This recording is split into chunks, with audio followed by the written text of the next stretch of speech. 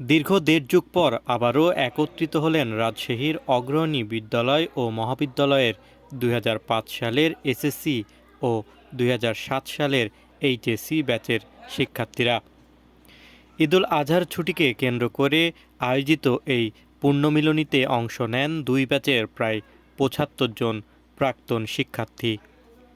সোমবার সকাল ১০টায় শুরু হয় দিনব্যাপী এই মিলন মেলা।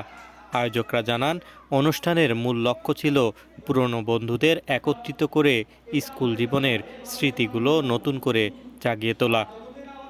কেউ এসেছিলেন দেশের বিভিন্ন জায়গা থেকে, কেউ আবার পাড়ি দিয়েছেন বিদেশ থেকেও।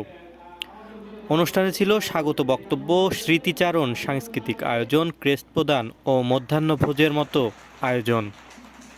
এই ব্যাচের অনেকেই বর্তমানে শিক্ষকতা, চিকিৎসা, প্রকৌশলী, প্রশাসন, উদ্যোক্তা ও প্রযুক্তি খাতে কাজ করছেন।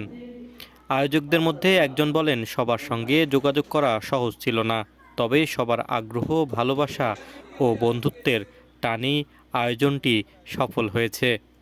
অনুষ্ঠানে প্রধান অতিথি হিসেবে উপস্থিত ছিলেন অগ্রণী কলেজের অধ্যক্ষ সাইফুল হক চাঁদ।